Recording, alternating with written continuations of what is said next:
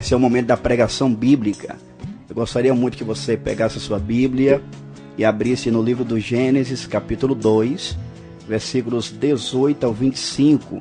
Livro do Gênesis, capítulo 2, versículos 18 ao 25. Tudo tem a ver com aquilo que foi cantado, a bondade de Deus. Deus é bom. E veremos nesta passagem a bondade de Deus ao criar a mulher para o homem. Isso mesmo. Quando Deus criou a mulher para o homem, foi uma expressão da sua bondade. Vamos ler então a palavra do Todo-Poderoso. E disse o Senhor Deus: não é bom que o homem esteja só. Far-lhe-ei uma adjutora que esteja como diante dele. Havendo, pois, o Senhor Deus formado da terra todo animal do campo e toda ave dos céus, os trouxe a Adão, para este ver como lhe chamaria. E tudo que Adão chamou a toda alma vivente, isso foi o seu nome. E Adão pôs os nomes a todo gado e às aves dos céus e a todo animal do campo, mas para o homem não se achava adjutora que estivesse como diante dele. Então o Senhor Deus fez cair um sono pesado sobre Adão, e este adormeceu, e tomou uma das suas costelas e cerrou a carne em seu lugar. E da costela que o Senhor Deus tomou do homem, formou uma mulher e trouxe-a a Adão. E disse Adão: esta é agora osso dos meus ossos e carne da minha carne. Esta será chamada varoa, porquanto do varão foi tomada. Portanto, deixará o varão seu pai e a sua mãe, e apegar-se-á à sua mulher, e serão ambos uma carne. E ambos estavam nus, o homem e sua mulher, e não se envergonhavam. Até aqui, a leitura da palavra de Deus. As Escrituras dão vasto testemunho acerca da bondade de Deus. Deus é bom.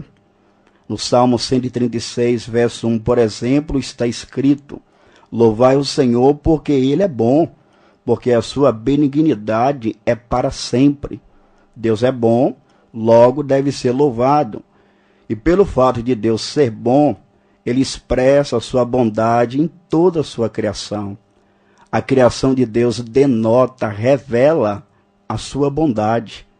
No capítulo 1 do livro do Gênesis, por exemplo, ao criar todo o universo a partir do nada, o creatio ex nihilo, a criação a partir do nada, a Bíblia expressa a bondade de Deus. Se não, vejamos.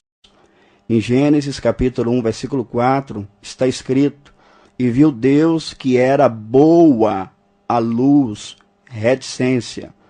Gênesis capítulo 1, versículo 10, no finalzinho: e viu Deus que era bom.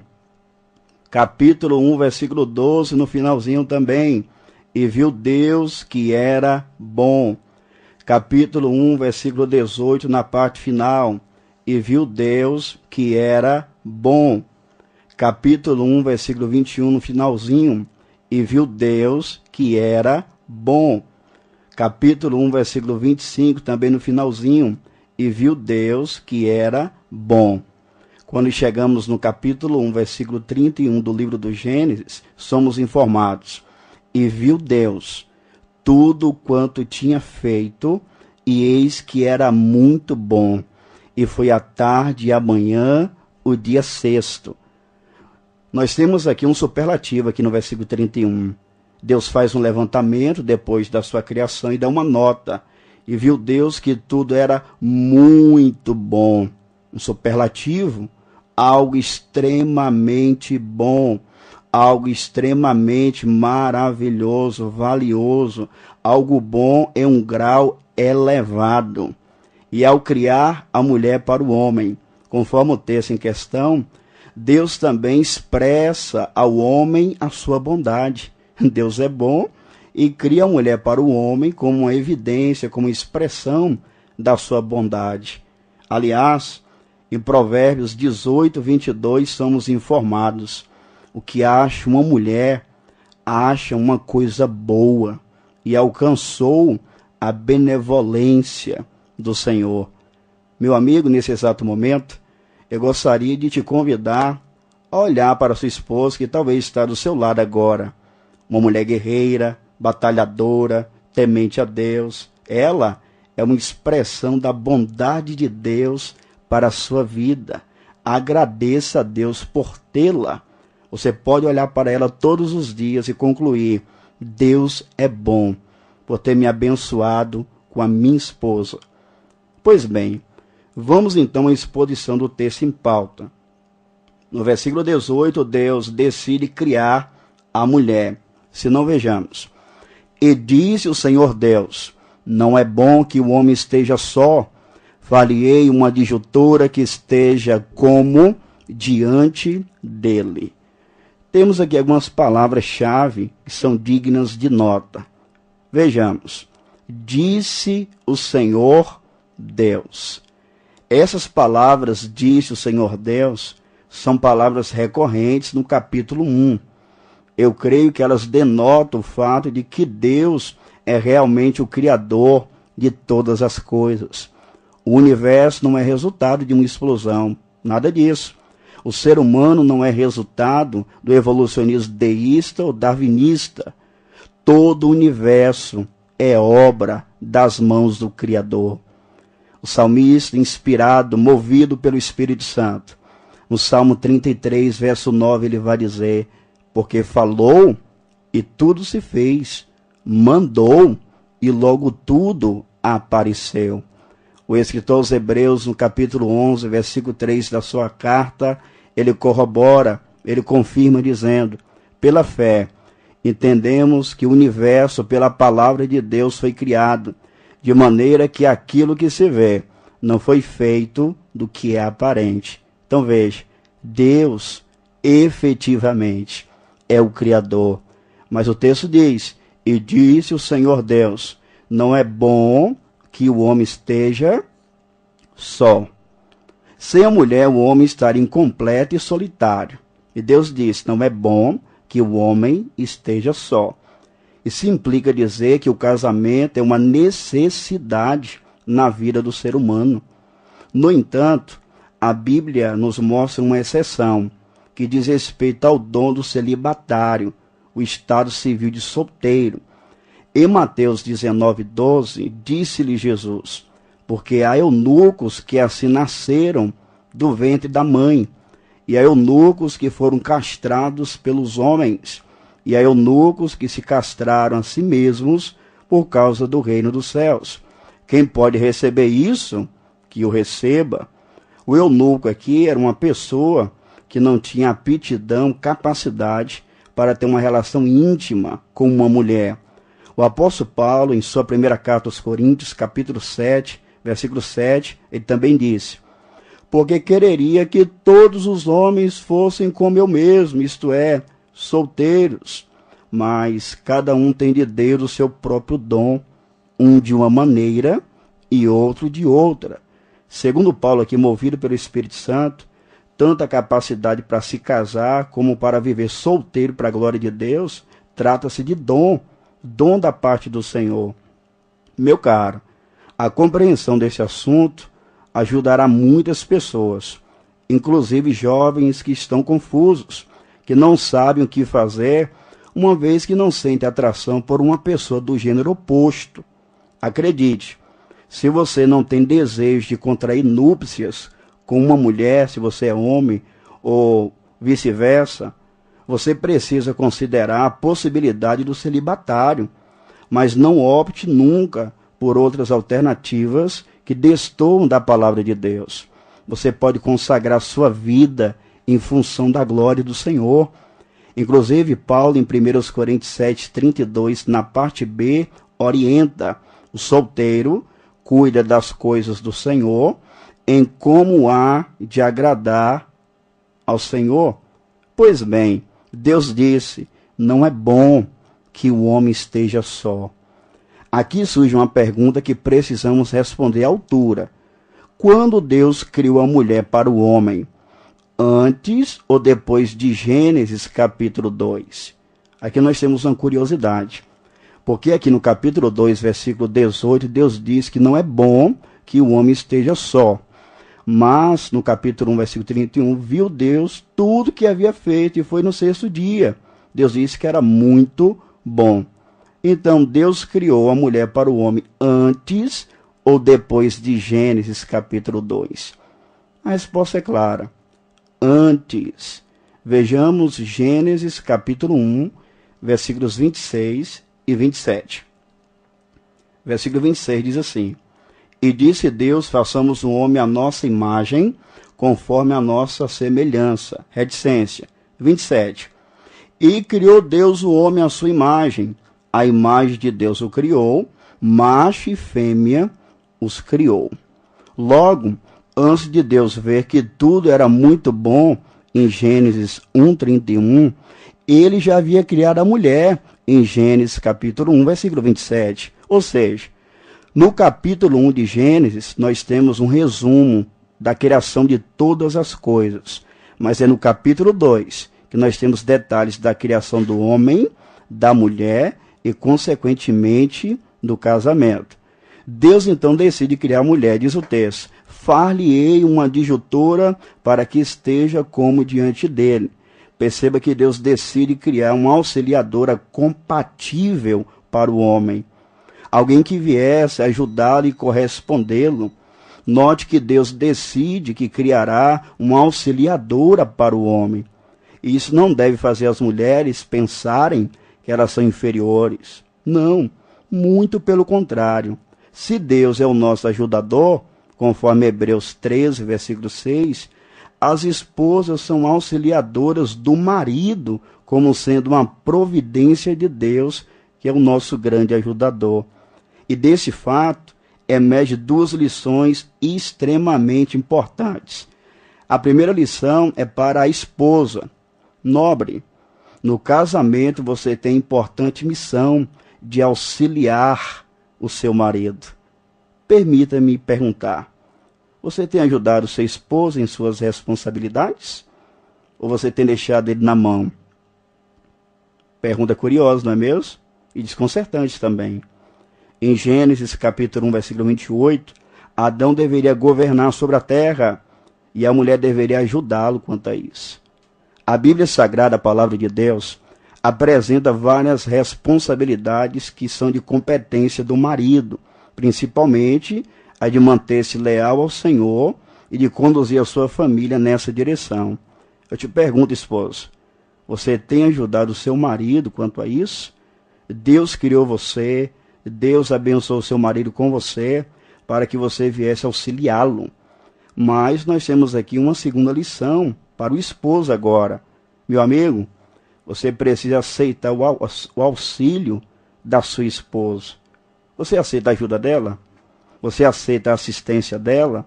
Meu caro, não seja arrogante, prepotente, seja humilde. Aceite o apoio e os bons conselhos da sua digníssima esposa. Então vimos agora que Deus decide criar a mulher.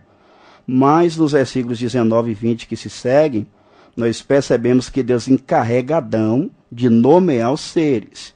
E nesse encargo que Deus confere a Adão, vai ressaltar a necessidade da mulher na vida dele.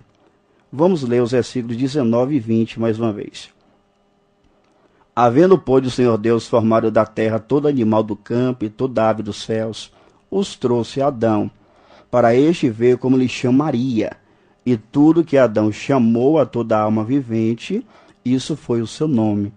E Adão pôs os nomes a todo o gado, e às aves dos céus, e a todo animal do campo, mas para o homem não se achava adjutora que estivesse como diante dele. Ao nomear os seres, o homem expressa aqui a sua autoridade sobre a criação, como lemos em Gênesis capítulo 1, versículo 28. Todavia, não sabemos ao certo se Adão nomeou os animais um por um, ou se ele nomeou de acordo com as suas categorias. Mas o que é fato é que enquanto ele nomeava, diz o texto no final do versículo 20, mas para o homem não se achava adjutora que estivesse como diante dele. Ou seja, para o gato, tinha gata. Para o pato, tinha pato. mas para o homem não havia alguém que viesse olhar nos seus olhos e correspondê-lo. Assim sendo, Deus realça, Deus destaca aqui a necessidade que Adão tinha de uma companheira. Mas Deus, ele agora vai criar a mulher. Vejamos os versículos 21 ao 23. Então o Senhor Deus fez cair um sono pesado sobre Adão, e este adormeceu. E tomou uma das suas costelas e cerrou a carne em seu lugar. E da costela que o Senhor Deus tomou do homem, formou uma mulher e trouxe-a a Adão. E disse Adão: esta é agora osso dos meus ossos e carne da minha carne. Esta será chamada varoa, porquanto do varão foi tomada. É curioso observar que Deus fez Adão cair um profundo sono. Alguém vai dizer com sabedoria que aqui nós encontramos a primeira anestesia geral. Meu amigo, o homem tombou, ele dormiu intensamente. Deus tirou uma das suas costelas e criou a mulher para ele. Deus casou Adão. O texto vai nos informar que da costela que o Senhor Deus tomou do homem, formou uma mulher e trouxe-a a Adão. Ou seja, Deus realizou o casamento dele. Coisa linda, não é mesmo? O próprio Criador efetivou o casamento de Adão com Eva. Assim como o pai que alegremente traz a filha e entrega ao noivo no altar, Deus criou a mulher da costela de Adão e diz o texto: trouxe-a a Adão. Deus criou a mulher da costela de Adão justamente para estar ao lado dele. Parafraseando o cristão puritano do século XVII, Matthew Henry, Deus não fez a mulher da cabeça do homem para ela não governar. Deus não a criou dos seus pés para ela não ser pisada por ele, mas Deus a criou da costela para estar ao lado dele, próximo dos braços, para ser protegida por ele, próximo do coração, para ela ser amada por ele. Sumariando, Deus criou a mulher para estar ao lado do homem. Aqui agora eu quero ter uma palavra, me reportar a você que é esposa. Possa ser que a rotina do seu marido seja a seguinte: casa, trabalho e igreja. E você vive descontente. Eu te pergunto, você gostaria que o seu esposo fosse mundano?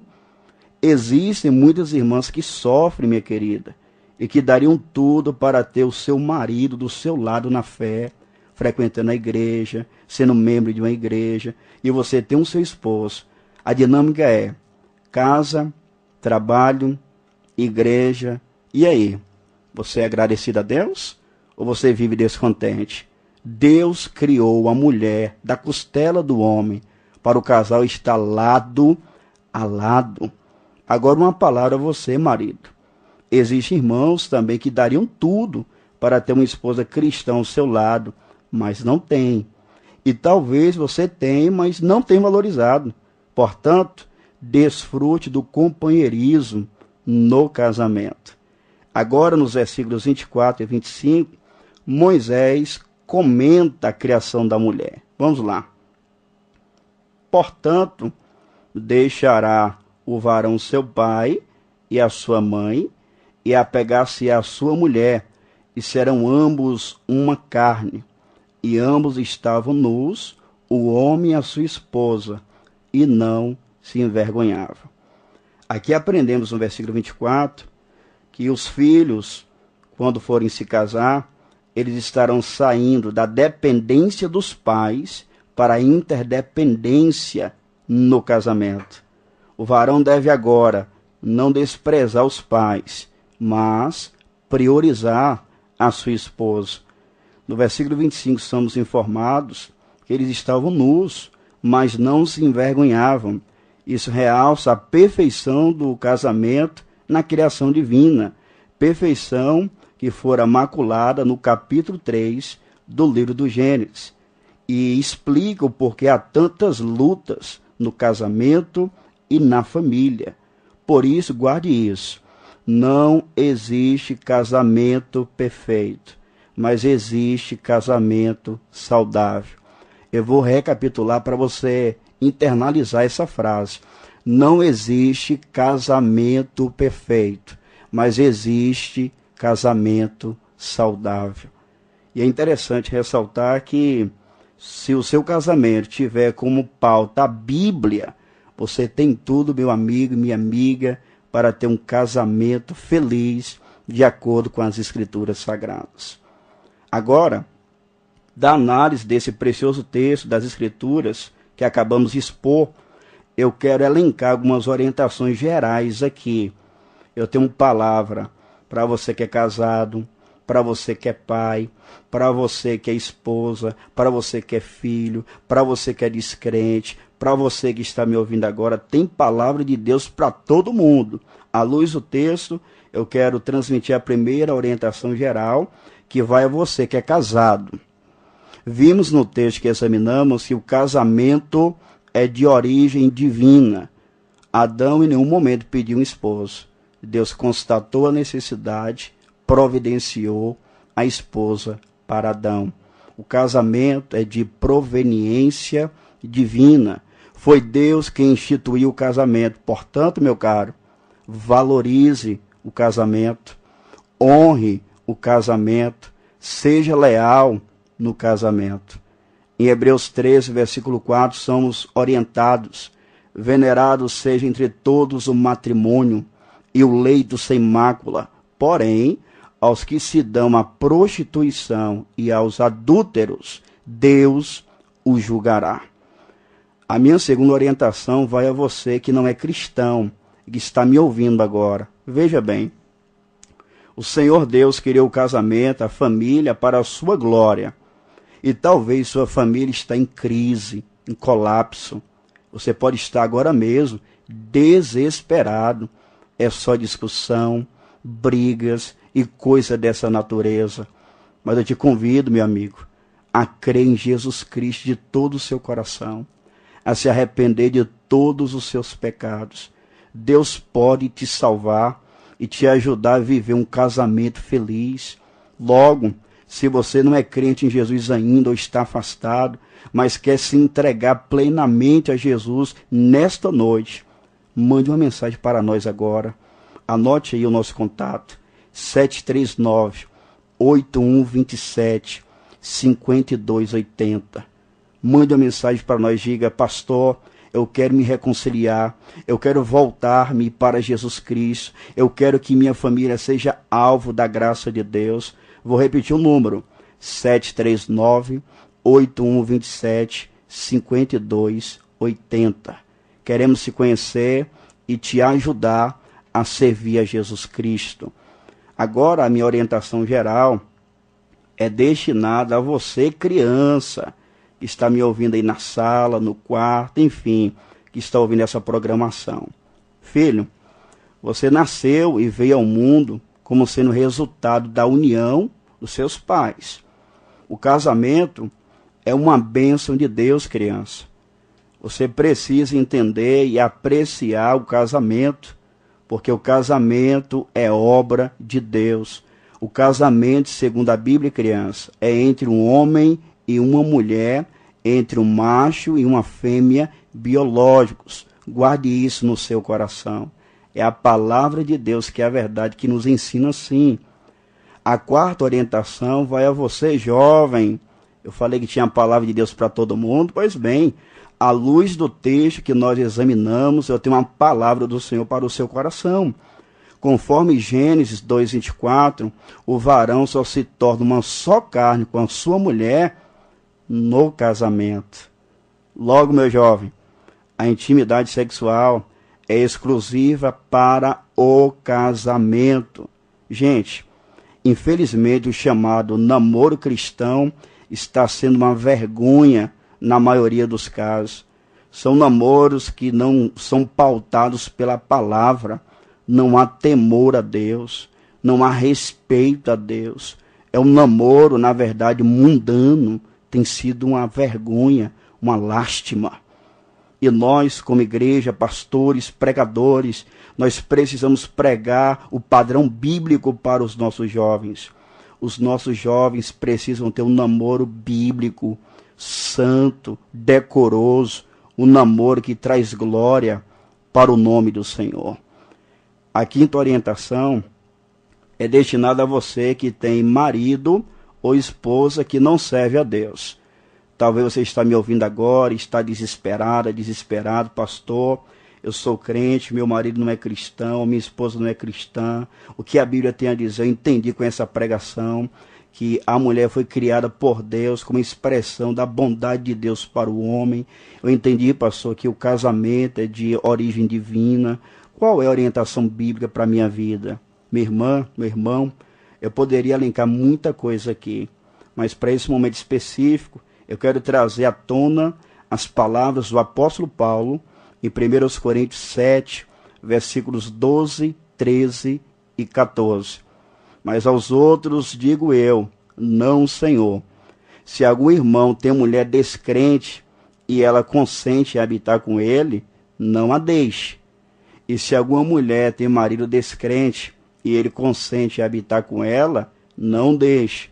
Porque o marido descrente é santificado pela mulher, e a mulher descrente é santificada pelo marido. De outra sorte, os vossos filhos serão imundos, mas agora são santos. Se você, minha irmã, é crente, serve a Deus, viva o evangelho no lar, minha querida. Seja crente fiel, piedosa, consagrada, porque o marido descrente é santificado pela mulher. O que significa isso, afinal de contas? Você vai trazer, minha irmã, a influência do evangelho para o seu lar. Se você vive a fé, se você vive o evangelho no seu lar, você vai estar influenciando o seu lar com o evangelho. Orações, hinos espirituais, pregação da palavra, como agora você está sintonizado, sintonizada, a palavra de Deus está entrando no seu lar. E a Bíblia diz que o marido descrente é santificado pela mulher, a mulher descrente é santificada pelo marido, ou seja, eles recebem a influência do evangelho no lar. Então seja crente no seu lar, dê bom testemunho, glorifique o Senhor. Pois bem, vimos hoje a bondade de Deus ao criar a mulher para o homem. Agora nós teremos uma palavra de oração, lembrando que amanhã tem mais, hein? Nós iremos falar sobre os fundamentos do casamento e talvez um pedaço dos propósitos do casamento. Certamente essa série de pregações será um divisor de águas na sua vida. Vamos orar. Pai Santo e Justo, nesse momento sublime, nós estamos com santo temor na sua presença. Meu Pai, queremos te louvar por essa programação, por essa porta aberta. Queremos te exaltar pela oportunidade de expor as sagradas letras. Eu creio, Pai, piamente que a sua palavra é poderosa para cumprir os seus desígnios na vida desse homem e dessa mulher. Ouvimos acerca, Pai, da criação da mulher, sendo expressão da sua bondade ao homem. Eu quero te pedir que esse homem, Pai, que me ouviu, possa valorizar a sua esposa, que a sua esposa possa auxiliar o seu respectivo marido. Abençoe os lares, Pai Celeste, abençoe as famílias, os filhos, traz um avivamento bíblico para a nossa família, para o nosso lar, porque isso vai desaguar-se um avivamento na igreja e, consequentemente, na sociedade. Receba toda a glória para si e nos dê graça, saúde e sabedoria, para que possamos estar aqui amanhã expondo a sua palavra, em nome de Jesus.